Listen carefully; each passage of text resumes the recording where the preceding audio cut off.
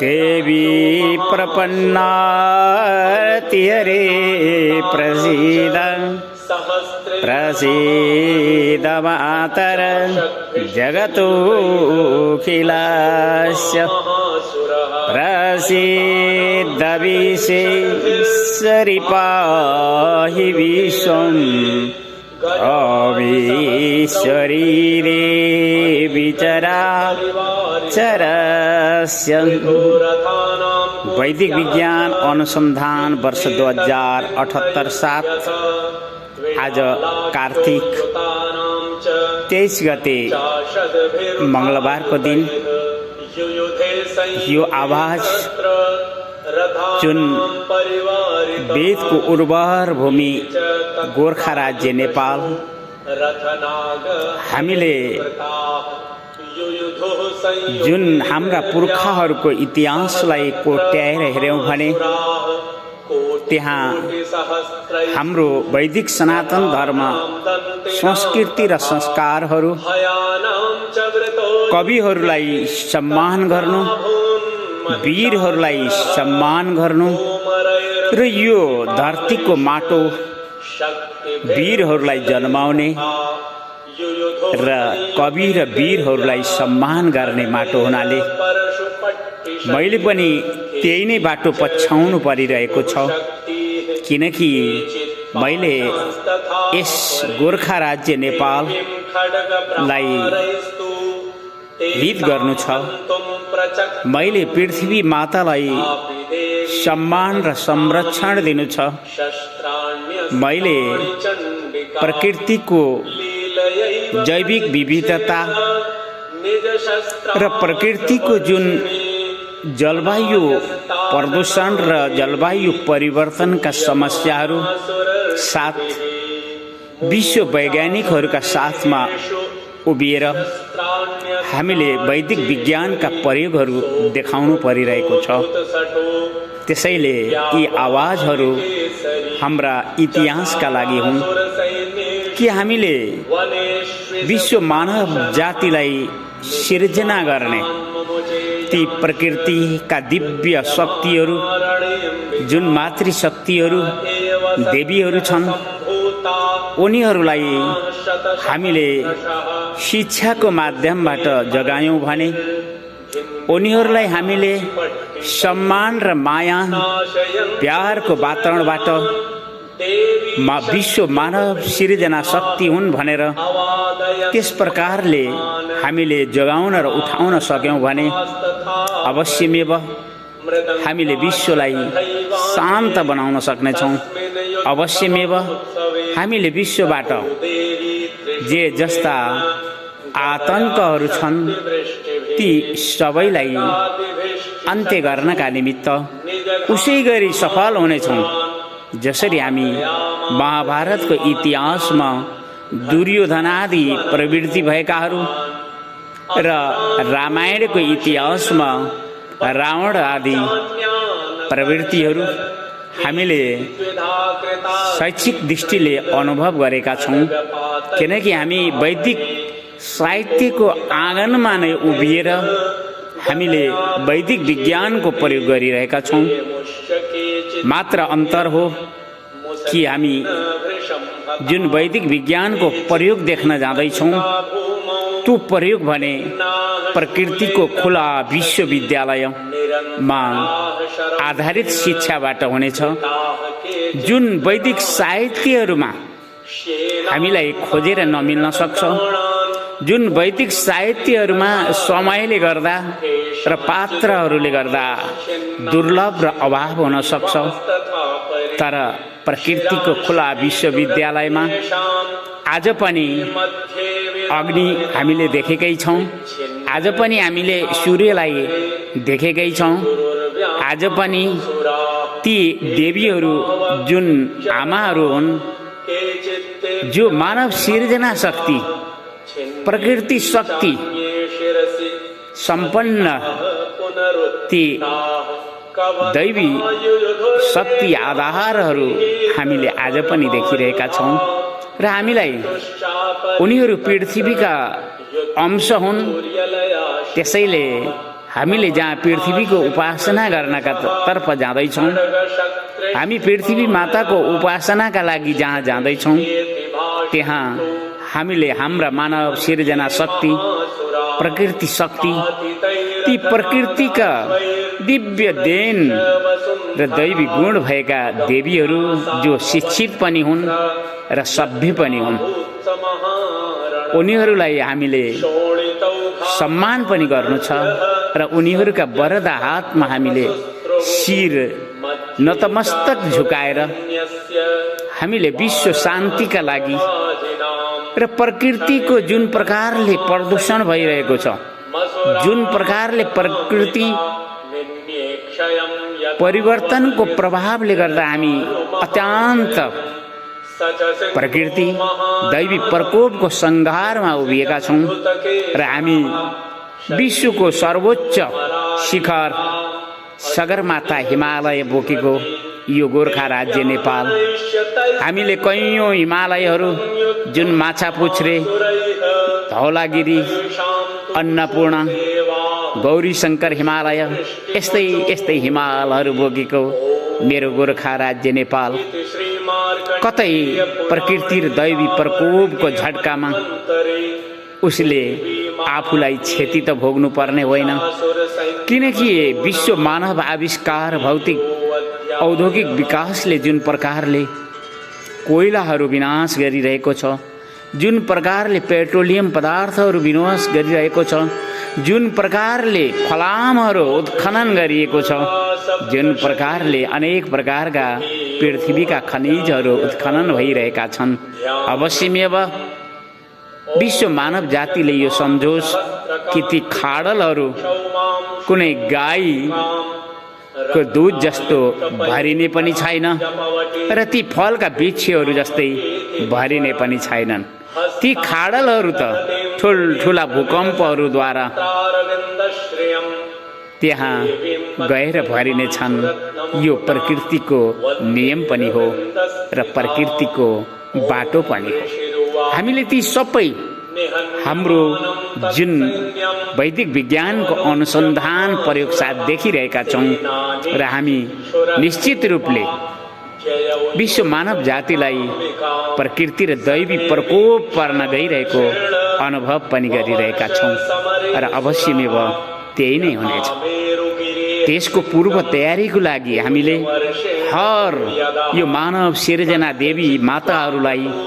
अवश्यमेव शिक्षित बनाउनु पर्ने आवश्यकता छ, ताकि उनीहरू नै मानव जातिको पहिलो गुरु पनि हुन् र मानव जातिलाई लालन पालन संरक्षण र उनीहरूलाई मनोबलका साथमा सुरक्षित गर्ने जिम्मेदारी पनि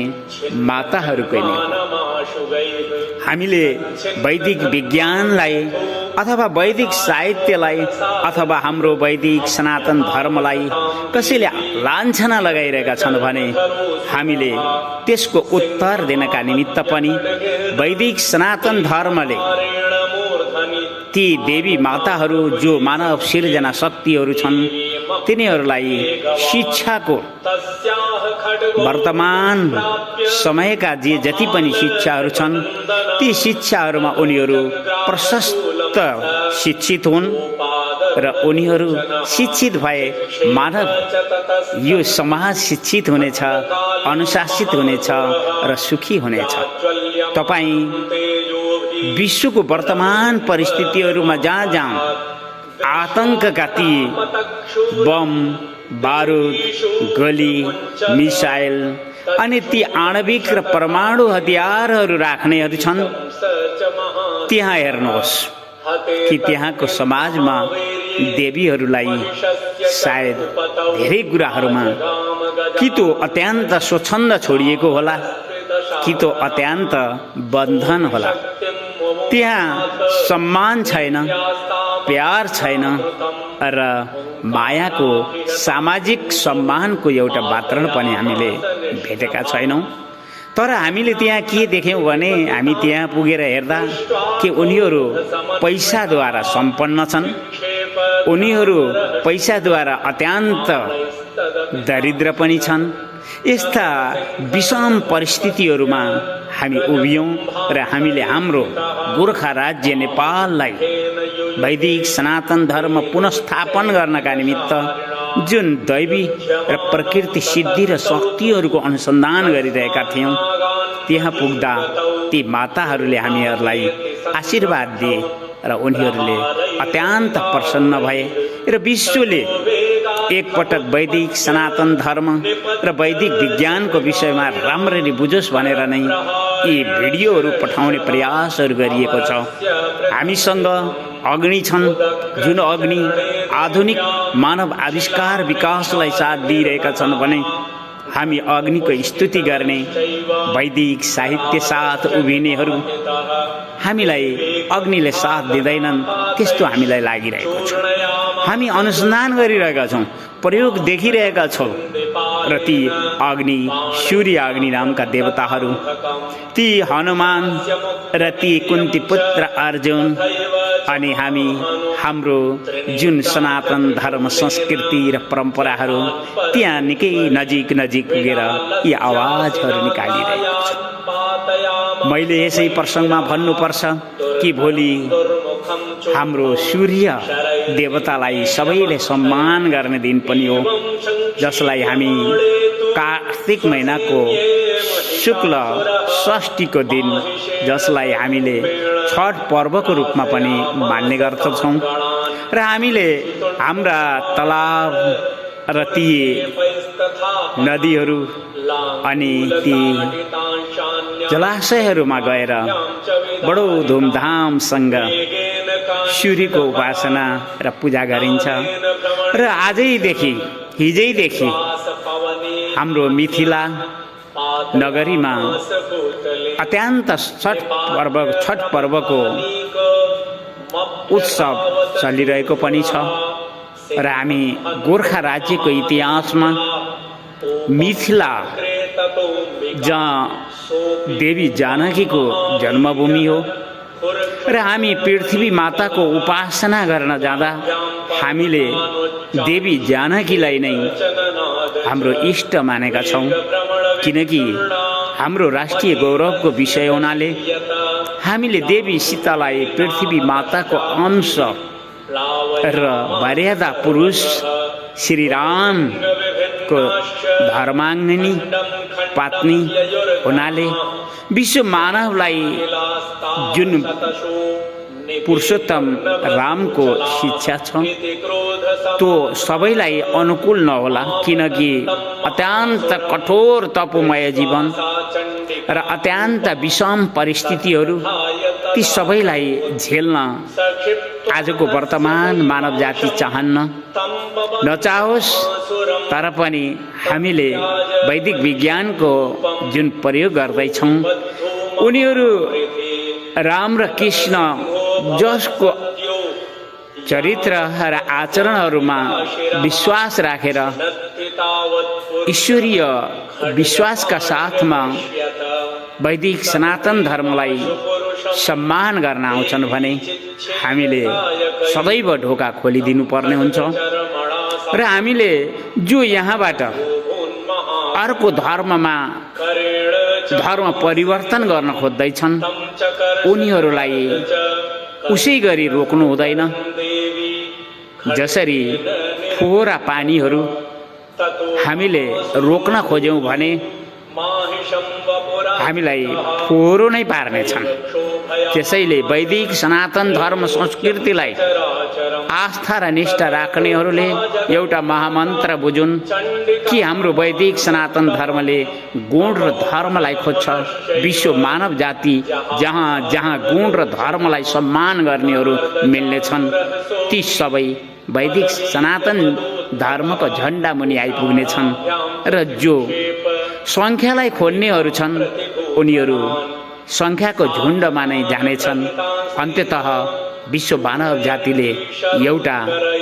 धर्मयुद्धको स्वरूप लिन पुग्नेछ र आर्थिक र यो औद्योगिक विकासको अन्त्य पनि हुनेछ, किनकि पृथ्वी माताका खनिजहरू खनेर जथाभावी धुलो धुवाँ कार्बन र ग्यास उत्सर्ग गरेर विश्व मानव जाति संरक्षित र सुरक्षित हुन्छु भन्ने सोच्नु यो अत्यन्त भूल हो। यो सम्भव हुने छैन र प्रकृति र दैवी प्रकोप झेल्दै जाने त्यो सङ्ख्याहरू उसै गरी नष्ट हुनेछन् जसरी वर्षाका दिनमा ती कमिलाहरू आफ्नो गुण र प्रभावका साथमा पृथ्वीको गर्भतर्फ गए भने संरक्षित होलान्, होइन भने त सबै नष्ट हुनेछन्। अर्थात् पृथ्वी मातालाई सम्मानपूर्वक माया र प्यार दिनेहरू मात्र विश्व मानव जाति यहाँ टिक्न सक्नेछ। ती बाहेक अरू औद्योगिक विकासका जुन आविष्कार र चमत्कारीहरू छन्, हामी पृथ्वी माताको खनिजलाई खनेर उत्खनन गरेर यदि त्यो बाटो समाइरहन चाहन्छौँ भने यो दिगो हुन सक्दैन र दिगो सुख पाउन पनि विश्व मानवले सक्दैन भन्ने यी आवाजहरू हामीले इतिहासका लागि दिइरहेका छौँ। किनकि हामी गोर्खा राज्य नेपाल वेदको उर्वर भूमि हो भन्ने परिचय दिनु विश्व मानव जातिका अगाडि आवश्यक पनि सम्झेका छौँ र हाम्रो राष्ट्रिय गौरवलाई दुधमा परेको माखो जस्तै मेल्काउने